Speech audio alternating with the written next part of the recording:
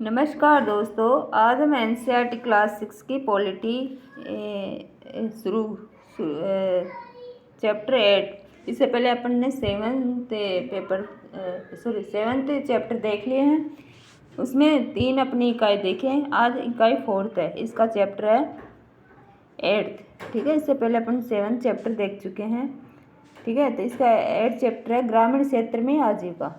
ठीक है, ग्रामीण क्षेत्र में आजीविका। तो चलो दोस्तों, इंटरेस्टिंग लेसन को पढ़ते हैं। ठीक है, पहले पाठ में हमने अपने जीवन में मौजूद अनेक तरह की विविधताओं पर नज़र डाली। हमने इस पर भी विचार किया है कि अलग अलग क्षेत्रों में रहने से वहाँ के लोगों के काम धंधे पर कैसे असर पड़ता है, वहाँ पर पाए जाने वाले पेड़ पौधों, वहाँ की फसलें, दूसरी चीज़ें किस तरह उनके लिए महत्वपूर्ण हो जाती हैं। इस पाठ में हम ये देखेंगे कि गांव में लोग किन विभिन्न तरीकों से अपनी आजीविका चलाते हैं। पहले 2 पाठों की तरह यहाँ भी हम इसकी पड़ताल करेंगे कि क्या लोगों के पास आजीविका चलाने के समान अवसर उपलब्ध हैं या नहीं, उनके जीवन की परिस्थितियाँ एक दूसरे से कितनी मिलती जुलती हैं और वे किन समस्याओं का सामना करते हैं, इसे भी हम देखेंगे।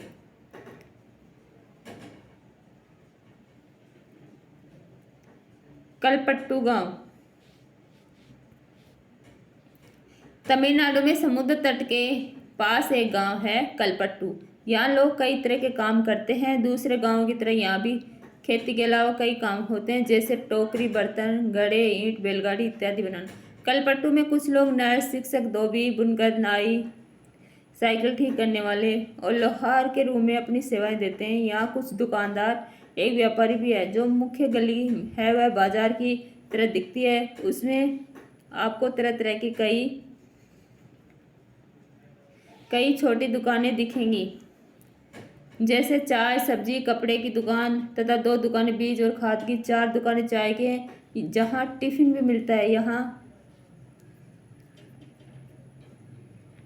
यहाँ टिफिन का मतलब खाने पीने की हल्की फुल्की चीज़ें, जैसे सुबह इडली, डोसा, उपमा मिलता है। शाम के नाश्ते में वहाँ बोंडा व मैसूर पाक मिलता है। चाय की दुकान के पास एक कोने में एक लोहार का परिवार रहता है। उसके घर में ही लोहे की चीज़ें बनाने का काम होता है। बगल में साइकिल की मरम्मत की दुकान है, वहाँ साइकिल किराए पर भी मिलती है। गांव में 2 परिवार कपड़े धोकर अपनी आजीविका चलाते हैं। कुछ लोग पास के शहर में जाकर मकान बनाने और लॉरी चलाने का काम करते हैं। गांव छोटी छोटी पहाड़ी से घिरा हुआ है। सिंचित जमीन पर मुख्यतः धान की खेती ते ज़्यादातर परिवार खेती के द्वारा अपनी आजीविका कमाते हैं। यहाँ आम और नारियल के काफ़ी बाग हैं। कपास, गन्ना और केला भी उगाया जाता है। आइए कुछ लोगों से मिले जो कलपट्टू के खेतों में काम करते हैं और देखें कि हम उनकी आजीविका के बारे में क्या सीख सकते हैं। ठीक है, देखो, धान की रोपाई कमर तोड़ काम होता है।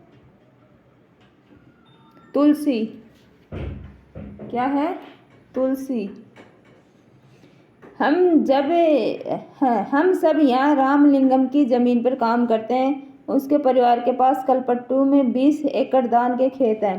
शादी से पहले भी मैं मायके में धान के खेतों में ही मजदूरी करती थी। यहाँ मैं सुबह 8:30 से शाम 4:30 बजे तक काम करती हूँ। रामलिंगम की पत्नी करुथम्मा काम की निगरानी करती है। साल में कुछ ही मौके ऐसे होते हैं जब मुझे नियमित रूप से मजदूरी मिलती है। यह उन मौक़ों में से एक है। मैं धान रोप रही हूँ। जब धान की फसल थोड़ी बढ़ जाएगी तो रामलिंगम हमें निराई के लिए और बाद में कटाई के लिए बुलाएगा। जब मैं कम उम्र की थी तो निराई कटाई का काम आसानी से कर लेती थी, लेकिन अब जैसे जैसे उम्र हो रही है मुझे झुककर काम करने और देर तक पानी में पैर डुबे रहने से तकलीफ होती है। रामलिंगम एक दिन का 40 रुपये मजदूरी देता है। मेरे गांव में मजदूरी के रेट से यह थोड़ा कम है, फिर भी मैं मजदूरी के लिए यहीं आती हूँ। रामलिंगम पर मुझे भरोसा है कि काम होने पर वह मुझे ही बुलाएगा। बाकी लोगों की तरह वह आस पड़ोस के गांव में सस्ते मजदूर ढूंढने नहीं जाता।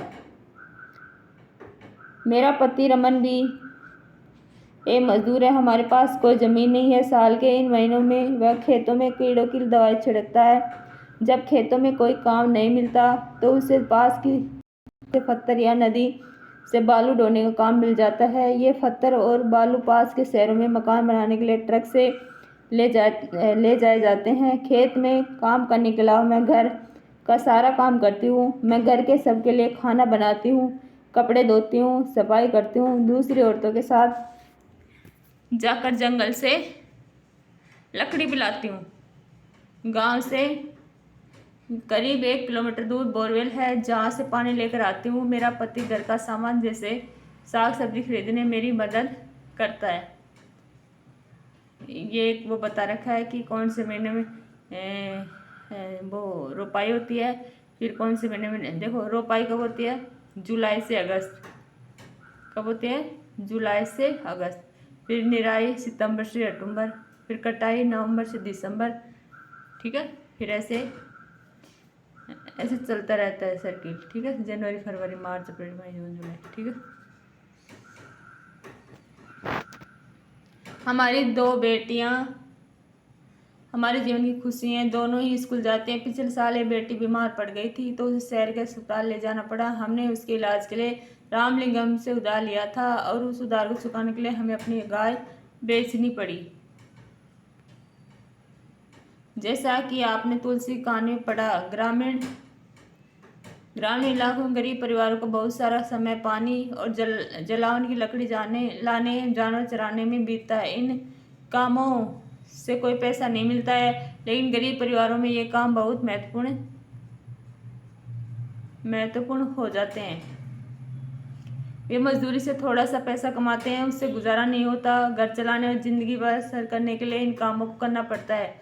हमारे देश के ग्रामीण परिवारों में से करीब 40% खेतिहर मजदूर हैं। कुछ के पास जमीन के छोटे छोटे टुकड़े हैं, बाकी तुलसी की तरह भूमिहीन है। कई बार जब पूरे साल उन्हें काम नहीं मिल पाता तो मजबूरन काम की खोज में उन्हें दूर दराज के इलाकों में जाना पड़ता है। इस तरह का प्लान कुछ विशेष मौसमों में ही होता है। शेखर, हमें यह दान अपने घर लेकर जाना है। मेरे परिवार ने अभी अभी फसलों की कटाई पूरी की है। हमारे पास बस 2 एकड़ जमीन है। हम अपने खेत का सारा काम खुद ही कर लेते हैं। मैं कई बार कटाई के समय दूसरे छोटे किसानों की मदद ले लेता हूँ और बदले में उनके खेतों में कटाई करवा लेता हूँ। व्यापारी मुझे उधार पर बीज और खाद देता है। इसे चुकाने के लिए मुझे थोड़े कम दामों पर उसे धान बेचना पड़ता है। अगर बाजार में बेचूं तो ज़्यादा पैसे मिल जाएंगे, लेकिन मुझे उधार भी तो चुकाना है। व्यापारी ने किसानों को याद दिलाने के लिए अपना एजेंट भेजा कि जिन किसानों ने उधार लिया है वे उसी को अपना धन बेचे। मुझे अपने खेत से 60 बोरी धान मिलेगा। इनमें से कुछ से मैं अपना उधार चुका दूंगा और बाकी घर में लग जाएगा, लेकिन मेरे हिस्से में जो आता है वह सिर्फ 8 महीने तक ही चल पाता है। इसलिए मुझे और पैसा कमाने की ज़रूरत पड़ती है। इसके लिए मैं रामलिंगम की चावल की मिल में काम करता हूँ। वहाँ मैं पड़ोसी गांव के किसानों से धान इकट्ठा करने में उसकी मदद करता हूँ। हमारे पास एक संकर गाय भी है, उसका दूध हम यही की सहकारी समिति में बेच देते हैं। इससे रोज के खर्चों के लिए थोड़ा और पैसा मिल जाता है।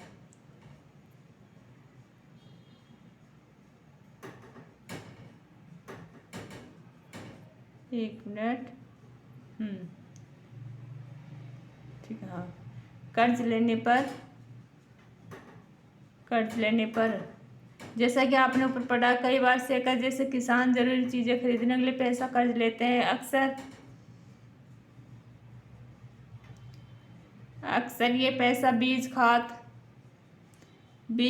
और कीटनाशक खरीदने के लिए साहूकार से कर्ज लिया जाता है। अगर बीज अच्छी किस्म के नहीं होते या फसल को कीड़ा लग जाता है तो पूरी फसल बर्बाद हो सकती है। बारिश पूरी नहीं होने पर भी फसल खराब हो सकती है। ऐसी स्थिति में किसान अपना उधार नहीं चुका पाते। कई बार परिवार चलाने के लिए उन्हें और पैसा कर्ज के तौर पर लेना पड़ता है।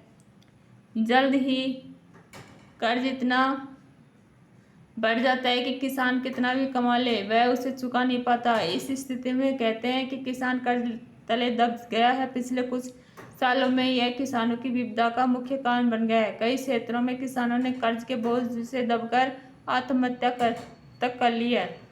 रामलिंगम और करुथमा। जमीन के अलावा रामलिंगम के परिवार के पास एक चावल की मिल है और बीज व कीटनाशक बेचने के लिए दुकान है। चावल की मिल में उन्होंने कुछ अपना पैसा लगाया और थोड़ा सहकारी बैंक से कर्ज लिया था। वे कलपट्टू और आसपास के गांव से ही धान खरीदते हैं। मिल का चावल आसपास के शहरों के व्यापारियों को बेचा जाता है। इससे उनकी अच्छी खासी कमाई हो जाती है। भारत के खेतिहर मजदूर और किसान कलपट्टू गांव में तुलसी की तरह के खेतिहर मजदूर है, शेखर की तरह के छोटे किसान और रामलिंगम जैसे बड़े किसान। भारत में प्रत्येक 5 ग्रामीण परिवारों में से लगभग 2 परिवार खेतिहर मजदूरों के हैं। ऐसे सभी परिवार अपनी कमाई के लिए दूसरों के खेतों पर निर्भर रहते हैं। इनमें से कई भूमिहीन हैं और कईयों के पास जमीन के छोटे छोटे टुकड़े हैं। शेखर जैसे छोटे किसानों को ले तो उनकी ज़रूरत के हिसाब से खेत बहुत ही छोटे पड़ते हैं। भारत के 80% किसानों की यही हालत है। भारत में केवल 20% किसान रामलिंगम जैसे बड़े किसानों की श्रेणी में आते हैं। ऐसे किसान गांव की अधिकतर जमीन पर खेती करते हैं। उनकी उपज का बहुत बड़ा भाग बाजार में बेचा जाता है। कई बड़े किसानों ने अन्य काम धंधे भी शुरू कर दिए हैं, जैसे दुकान चलाना, सूद पर पैसा देना, छोटी छोटी फैक्ट्रियां चलाना इत्यादि। हमने कलपट्टू में होने वाली खेती के बारे में पढ़ा। ग्रामीण क्षेत्रों में खेती के साथ साथ लोग जंगल की उपज और पशुओं आदि पर निर्भर रहते हैं। उदाहरण के लिए मध्य भारत में कुछ गांवों में खेती और जंगल की उपज दोनों आजीविका के महत्वपूर्ण साधन है। महुआ बीनने, तेंदू के पत्ते इकट्ठा करने, शहद निकालने और उन्हें व्यापारियों को बेचने जैसे काम अतिरिक्त आय में मदद करते हैं। इसी तरह सहकारी समिति को या पास के शहर के लोगों को दूध बेचना भी कई लोगों के लिए आजीविका कमाने का मुख्य साधन है। समुद्र तटीय इलाकों में हम देखते हैं कि पूरे के पूरे गांव मछली पकड़ने में लगे हुए हैं। आइए अरुणा और पारिवेलन के जीवन के बारे में पढ़कर मछली पकड़ने वाले एक परिवार के बारे में थोड़ा और जानें। यह परिवार कलपट्टू के पास पुदुपेट नाम के गांव में रहता है। ये नागालैंड की सीढ़ीनुमा खेती पढ़ते हैं। नागालैंड की सीढ़ीनुमा खेती। यह एक गांव है जिसका नाम चिजामी है। यह नागालैंड के फेक जिले में है। इस गांव में रहने वाले लोग चखे संघ समुदाय के वे सीढ़ीनुमा खेती करते हैं। इसका मतलब है कि पहाड़ी की ढलान जमीन को छोटे छोटे सपाट टुकड़ों में बांटा जाता है और उस जमीन की सीढ़ियों के रूप में बदल दिया जाता है। प्रत्येक सपाट टुकड़े के किनारों को ऊपर उठा देते हैं जिससे पानी भरा रह पाए। ये चावल की खेती के लिए सबसे अच्छा है। चिजामी के लोगों के पास अपने अपने खेत, लेकिन वे इकट्ठे होकर एक दूसरे खेतों में भी काम करते हैं। वे 6 से 8 लोगों का एक समूह बनाते हैं और इकट्ठे मिलकर पहाड़ के एक हिस्से पर घास पतवार साफ करते हैं। जब दिन का काम खत्म हो जाता है तो सारा समय इकट्ठे बैठकर खाना खाते हैं। ऐसा कई दिनों तक चलता रहता है जब तक काम खत्म नहीं हो जाता।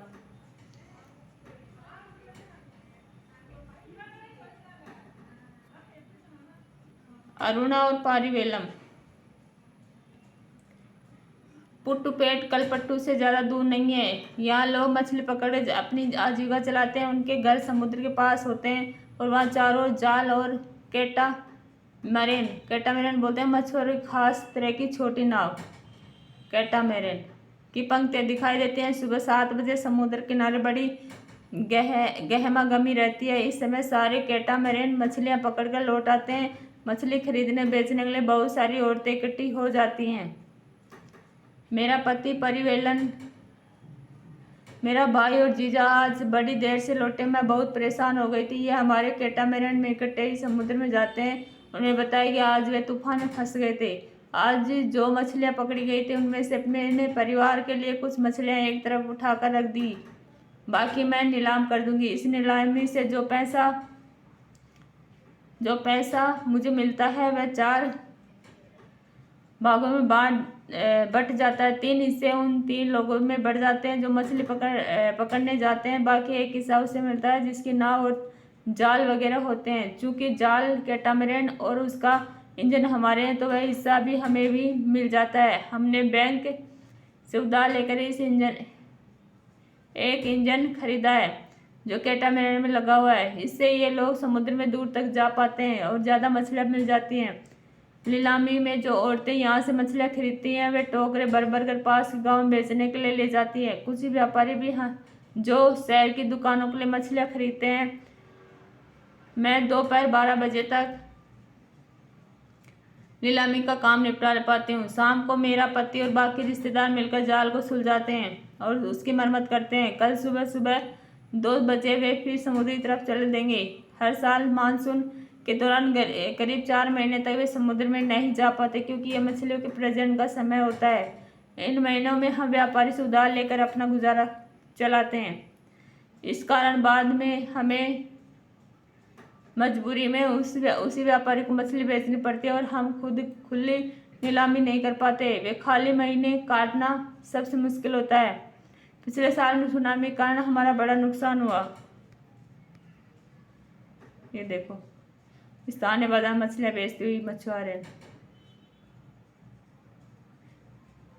ग्रामीण क्षेत्र में आजीविका के साधन। ग्रामीण क्षेत्रों में लोग अपनी आय विभिन्न तरीकों से कमाते हैं। कुछ खेती बाड़ी का काम करते हैं और कुछ अन्य काम करके अपनी आजीविका चलाते हैं। खेती में कई तरह के काम शामिल जैसे खेत तैयार करना, रोपाई, बुआई, निराई और कटाई। फसल अच्छी हो इसके लिए हम प्रकृति पर निर्भर हैं। इस तरह जीवन ऋतुओं के इर्द गिर्द ही चलता है। बुआई और कटाई के समय लोग काफ़ी व्यस्त रहते हैं और दूसरे समय काम का बोझ कम रहता है। देश के अलग अलग क्षेत्रों में ग्रामीण लोग अलग अलग तरह की फसलें उगाते हैं, फिर भी हम उनके जीवन की परिस्थितियों में और उनकी समस्याओं में काफ़ी समानताएं पाते हैं। लोग कैसे जिंदगी बसर करते हैं और कितना कमा पाते हैं, ये इस बात पर निर्भर करता है कि वे जिस जमीन को जोतते हैं वह कैसी है। कई लोग उस जमीन पर मजदूरों के रूप में निर्भर हैं। ज़्यादातर किसान अपनी ज़रूरतों को पूरा करने बाजार में बेचने के लिए भी फसल उगाते हैं। कुछ किसानों को अपनी फसल उन व्यापारियों को बेचनी पड़ती है जिनसे वे पैसा उधार लेते हैं। गुजर बसर करने के लिए कई परिवारों को काम की खातिर उधार लेना पड़ता है या फिर तब लेना पड़ता है जब उनके पास कोई काम नहीं पड़ रहता। ग्रामीण क्षेत्रों में कुछ परिवार ऐसे हैं जो बड़ी बड़ी जमीनों, व्यापार और अन्य काम धंधों पर फल फूल रहे हैं। फिर भी ज़्यादातर छोटे किसानों, खेतिहर मजदूरों, मछली पकड़ने वाले परिवारों और गाँव में हासिल का काम करने वाले लोगों को पूरे साल रोजगार नहीं मिल पाता। तो चलो दोस्तों अपना चैप्टर कंप्लीट हुआ। ठीक है, तो इसे क्वेश्चन आंसर भी कर लेते हैं। क्वेश्चन है, पहला क्वेश्चन है, आपने संभवतः इस बात पर ध्यान दिया होगा कि कलपट्टू गांव के लोग खेती के अलावा और भी कई काम करते हैं। उनमें से 5 कामों की सूची बनाइए। जैसे कलपट्टू के लोग खेती के अलावा कपड़ा धोने, बुनने, नाई, शिक्षक, नर्स आदि का काम करते थे। दूसरा है, कलपट्टू में विभिन्न तरह के लोग खेती पर निर्भर हैं। उनकी सूची बनाएं। उनमें से सबसे गरीब कौन है और क्यों? कलपट्टू में बड़े किसान, छोटे किसानों और भूमिहीन किसानों सभी खेती पर निर्भर हैं। भूमिहीन किसान उनमें सबसे गरीब होते हैं क्योंकि उनके पास अपनी ज़मीन नहीं होती। वे अपने जीवन यापन के लिए और कईयों पे छोटे छोटे काम करते हैं, लेकिन उससे भी उन्हें बहुत कम मजदूरी मिलती है। ठीक है। थर्ड है, कल्पना कीजिए कि आप एक मछली बेचने वाले परिवार के सदस्य हैं। आपका परिवार यह चर्चा कर रहा है कि इंजन के लिए बैंक से उधार ले कि न ले। आप क्या कहेंगी? मैं इंजन खरीदने के लिए बैंक से उधार लेना चाहूँगी क्योंकि बैंक का ब्याज दर कम होता है। कैटामैरान जैसे अपने कैटामैरान का समझौता मछुआरे खास तरह के छोटे नाव में इंजन लग जाने से गहरे पानी में जाना आसान हो जाएगा और इससे मछली ज़्यादा पकड़ी जाएंगी और आमदनी में बढ़ोतरी होगी। इससे कारगर योजनाओं के साथ समय पर ऋण चुकाना भी आसान हो जाएगा। ठीक है। फोर्थ क्वेश्चन है, तुलसी जैसे गरीब ग्रामीण मजदूरों के पास अक्सर अच्छी शिक्षा, स्वास्थ्य सुविधाओं एवं अन्य साधनों का अभाव होता है। आपने इस किताब की पहली इकाई में असमानता के बारे में पढ़ा। तुलसी और रामलिंगम के बीच का अंतर एक तरह की असमानता ही है। सॉरी।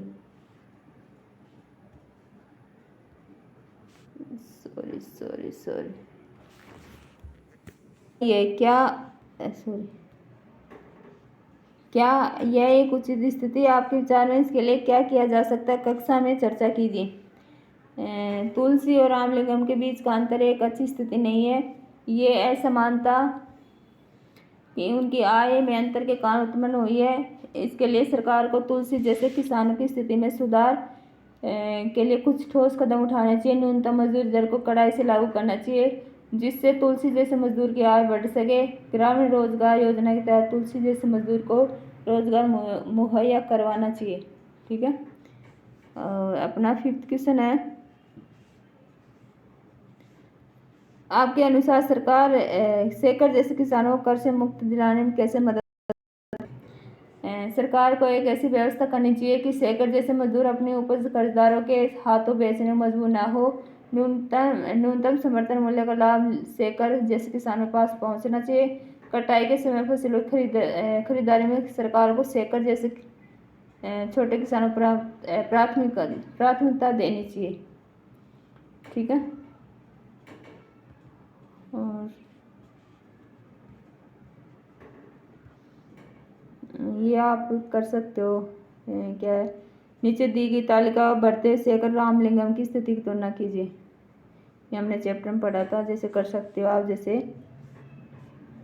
खेती हुई जमीन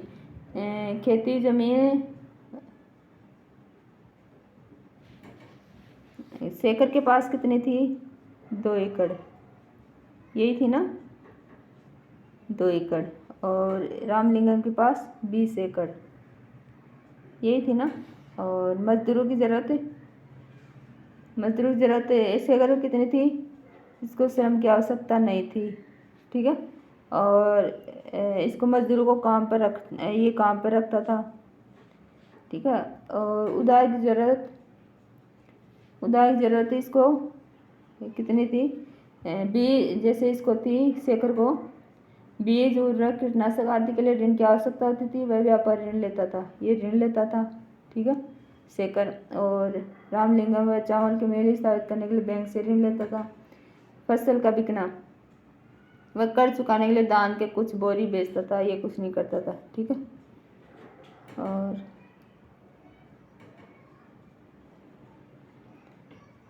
उनके द्वारा किया गया अन्य काम, उस शेखर के पास एक संकर गाय है जिसका दूध वह सहकार समिति में बेचता है। और रामलिंगम के पास चावल की मिल और बीज व कीटनाशक आदि बेचने वाली दुकानों का मालिक है। ठीक है। चलो दोस्तों, तो अपना चैप्टर कंप्लीट हुआ। मुझे उम्मीद है आपको एक चैप्टर और इसके क्वेश्चन आंसर आपको समझ में आए होंगे। तो नेक्स्ट चैप्टर में जल्दी मिलते हैं। Thank you.